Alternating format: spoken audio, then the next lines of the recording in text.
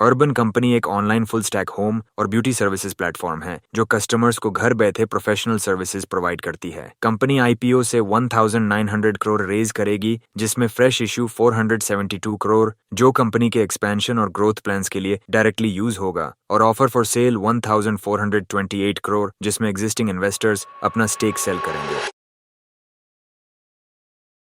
इस वीडियो में हम अर्बन कंपनी का इंट्रिंसिक वैल्यूएशन करने वाले हैं, जिसमें 3 डिफरेंट सिनारियोज कवर किए गए हैं: कंजर्वेटिव केस, बेस केस और ऑप्टिमिस्टिक केस। शुरुआत करते हैं कंजर्वेटिव केस से, जिसमें मैंने अस्यूम किया है कि रेवेन्यूज हर साल 15% की ग्रोथ पेस से बढ़ेंगे और ईबिटडा मार्जिन स्टेबल रहेगा 7% पर। सबसे पहले रेवेन्यूज ईयर 1 में हैं अराउंड 1449 करोड़, जो स्टेडली ग्रो करके ईयर 10 तक रीच करते हैं अराउंड 5097 करोड़, और टर्मिनल ईयर में ये नंबर होता है 5403 करोड़। इसके बाद आता है कॉस्ट ऑफ गुड्स सोल्ड, जो ईयर 1 में था 1347 करोड़, और ये भी प्रोपोर्शनेटली बढ़कर टर्मिनल ईयर तक अराउंड 5025 करोड़ तक पहुंचता है। फिर आती है डिप्रिशिएशन, जो स्टार्टिंग ईयर में है रफली 40 करोड़ और टर्मिनल ईयर में बढ़कर अराउंड 84 करोड़ हो जाता है। रेवेन्यू माइनस सीओजेस और डिप्रिशिएशन के बाद मिलता है ईबिट, जो ईयर 1 में होता है अराउंड 60 करोड़ और ये ग्रो करके ईयर 10 में अराउंड 79 करोड़ हो जाता है,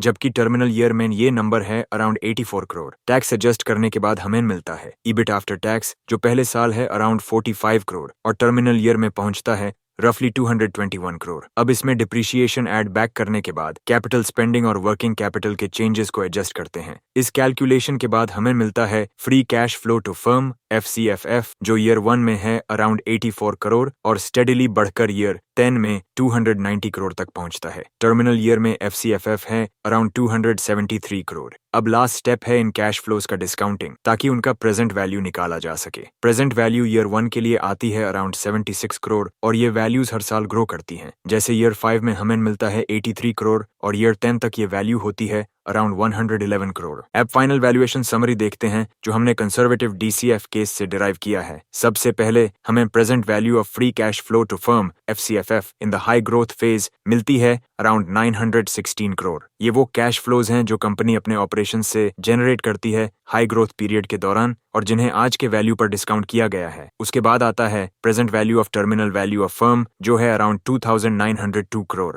ये टर्मिनल वैल्यू रिफ्लेक्ट करता है कि हाई ग्रोथ के बाद भी कंपनी एक स्टेबल ग्रोथ रेट पर कैश फ्लोज जनरेट करती रहेगी और इसका प्रेजेंट वैल्यू कैलकुलेट करके ऐड किया जाता है। इन दोनों को कंबाइन करने पर हमें मार्केट वैल्यू ऑफ इक्विटी मिलता है, जो है अप्रॉक्सीमेटली 3818 करोड़। अब इसमें हमने ऐड किया cash and cash equivalents plus IPO proceeds, जो टोटल होते हैं अराउंड 870 करोड़। इस एडिशन के बाद हमें मिलता है value of equity in common stock, जो आ जाता है अराउंड 4688 करोड़। कंपनी के टोटल आउटस्टैंडिंग शेयर्स हैं रफली 143.58 करोड़, और जब हम इक्विटी वैल्यू को इन शेयर्स से डिवाइड करते हैं तो हमें इंट्रिंसिक वैल्यू पर शेयर मिलता है अराउंड 32 रुपीज। अगर हम अर्बन कंपनी के कंजर्वेटिव DCF वैल्यूएशन को कंपेयर करें IPO के लिस्टिंग अपर बैंड से, तो एक क्लियर डिफरेंस समझ आता है। कंजर्वेटिव केस के हिसाब से हमने कंपनी का इंट्रिंसिक वैल्यू पर शेयर कैलकुलेट किया अराउंड 32 रुपीज 65 पैसे। दूसरी तरफ IPO का अपर बैंड प्राइस रखा गया है 103 रुपीज।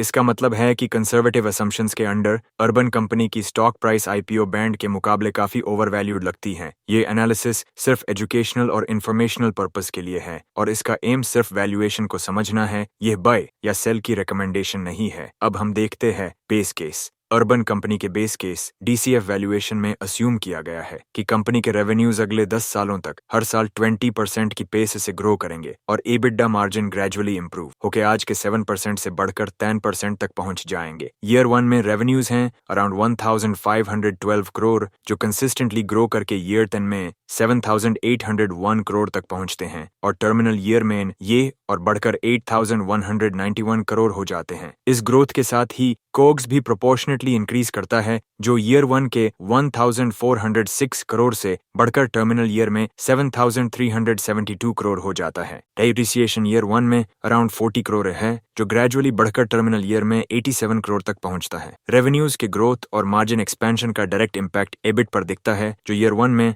65 करोड़ से स्टार्ट होता है और ईयर 10 तक 697 करोड़ तक पहुंचता है, जबकि टर्मिनल ईयर में ये नंबर 731 करोड़ होता है। टैक्स एडजस्ट करने के बाद ईबिट आफ्टर टैक्स ईयर 1 के 49 करोड़ से बढ़कर टर्मिनल ईयर में 552 करोड़ हो जाता है। जब इसमें डिप्रिशिएशन एड बैक किया जाता है और कैपिटल स्पेंडिंग और वर्किंग कैपिटल चेंजेस को एडजस्ट किया जाता है, तब हमें free cash flow to firm FCFF मिलता है। ये FCFF ईयर 1 में 89 करोड़ होता है, जो स्टेडीली ग्रो करके ईयर 10 में 622 करोड़ तक पहुंचता है और टर्मिनल ईयर में 607 करोड़ रिकॉर्ड करता है। इन कैश फ्लोज को जब डिस्काउंट करके प्रेजेंट वैल्यू टर्म्स में कन्वर्ट किया जाता है तो ईयर 1 का प्रेजेंट वैल्यू होता है अराउंड 80 करोड़, जो ईयर 5 में 144 करोड़ तक बढ़ जाता है और ईयर 10 में 238 करोड़ होता है। बेस केस असम्पशंस के बेसिस पर अर्बन कंपनी का इंट्रिंसिक वैल्यूएशन और क्लियर हो जाता है। सबसे पहले हमें present value of free cash flow to firm FCFF in the high growth phase मिलता है, जो है अराउंड 1546 करोड़। ये वो कैश फ्लोज हैं जो कंपनी अग्रेसिवली ग्रो करते हुए जनरेट करेगी और उन्हें डिस्काउंट करके प्रेजेंट वैल्यू पर लाया गया है। उसके बाद present value of terminal value of firm add होता है, जो आता है around 5053 crore. Terminal value reflect करता है कि हाई ग्रोथ के बाद भी कंपनी एक सस्टेनेबल कैश फ्लो जनरेट करती रहेगी। दोनों को मिलाकर हमें मार्केट वैल्यू ऑफ इक्विटी मिलता है, जो होता है अप्रोक्सीमेटली 6600 करोड़। इसमें जब हम cash and cash equivalents plus IPO proceeds add करते हैं, जो टोटल होते हैं 870 करोड़, तो final value of equity in common stock हो जाता है अराउंड 7470 करोड़। कंपनी के टोटल आउटस्टैंडिंग शेयर्स हैं रफली 143.58 करोड़, और जब टोटल इक्विटी को शेयर्स पर डिस्ट्रीब्यूट करते हैं तो हमें इंट्रिंसिक वैल्यू पर शेयर मिलती है around 52 rupees. Optimistic scenario, urban company के ऑप्टिमिस्टिक केस DCF वैल्यूएशन में अस्यूम किया गया है कि कंपनी के रेवेन्यूज अगले 10 सालों तक हर साल 25% की हाई ग्रोथ रेट से बढ़ेंगे और EBITDA मार्जिन्स, जो अभी 7% पर हैं, ग्रेजुअली एक्सपैंड होके 14% तक पहुंच जाएंगे। ये सिनारियो तभी पॉसिबल होगा जब कंपनी अग्रेसिवली एक्सपैंड करे, मार्केट शेयर कैप्चर करे और अपने ऑपरेशंस को एफिशिएंटली स्केल अप करे। ईयर 1 में रेवेन्यूज हैं अराउंड 1575 करोड़, जो तेजी से ग्रो करके ईयर 10 तक 11,734 करोड़ तक पहुंच जाते हैं और टर्मिनल ईयर में ये नंबर फर्दर इंक्रीज होके 12,321 करोड़ हो जाता है। इस ग्रोथ के parallel cost of goods sold भी प्रोपोर्शनेटली बढ़ता है, जो ईयर 1 के 1,464 करोड़ से बढ़कर टर्मिनल ईयर में 10,596 करोड़ तक पहुंचता है। इस फास्ट पेस्ड रेवेन्यू ग्रोथ और मार्जिन एक्सपेंशन का डायरेक्ट असर ईबिट पर दिखता है। ईयर 1 में ईबिट है अराउंड 69 करोड़, लेकिन मार्जिन्स इंप्रूव होने की वजह से ये रैपिडली ग्रो कर ईयर 10 में 1,462 करोड़ तक पहुंच जाता है। टर्मिनल ईयर में ईबिट फर्दर जंप करके 1,634 करोड़ होता है। टैक्स के एडजस्टमेंट के बाद ईबिट आफ्टर टैक्स ईयर 1 में होता है अराउंड 52 करोड़, जो ईयर 10 में ग्रो करके 1,233 करोड़ तक पहुंचता है। जब इसमें डिप्रिशिएशन ऐड बैक किया जाता है और फिर कैपिटल स्पेंडिंग और वर्किंग कैपिटल के चेंजेस एडजस्ट किए जाते हैं, तब हमें free cash flow to firm FCFF मिलता है। ईयर 1 में FCFF है अराउंड 93 करोड़, जो अग्रेसिव ग्रोथ की वजह से स्टेडीली जंप करता है और ईयर 10 तक 1,223 करोड़ तक पहुंच जाता है। टर्मिनल ईयर में FCFF है अराउंड 1,296 करोड़, जो क्लियरली दिखाता है कि स्ट्रॉन्ग रेवेन्यू ग्रोथ और मार्जिन एक्सपेंशन का कितना बड़ा पॉजिटिव इम्पैक्ट पड़ता है कंपनी के फ्री कैश फ्लोज पर। इन कैश फ्लोज को डिस्काउंट करने के बाद हमें उनका प्रेजेंट वैल्यू मिलता है। ईयर 1 में प्रेजेंट वैल्यू है अराउंड 85 करोड़, जो ईयर 5 तक 174 करोड़ और ईयर 10 में 468 करोड़ तक बढ़ जाता है। इस सिनारियो में present value of free cash flow to firm FCFF in the high growth phase आती है अराउंड 2,295 करोड़, जो कंपनी के अग्रेसिव एक्सपेंशन और रेवेन्यू ग्रोथ पोटेंशियल को रिफ्लेक्ट करती है। उसके बाद present value of terminal value of firm calculate किया गया है अराउंड 10,780 करोड़, जो फ्यूचर में सस्टेनेबल कैश फ्लो जनरेशन को कैप्चर करता है। इन दोनों को मिलाकर हमें मार्केट वैल्यू ऑफ इक्विटी मिलता है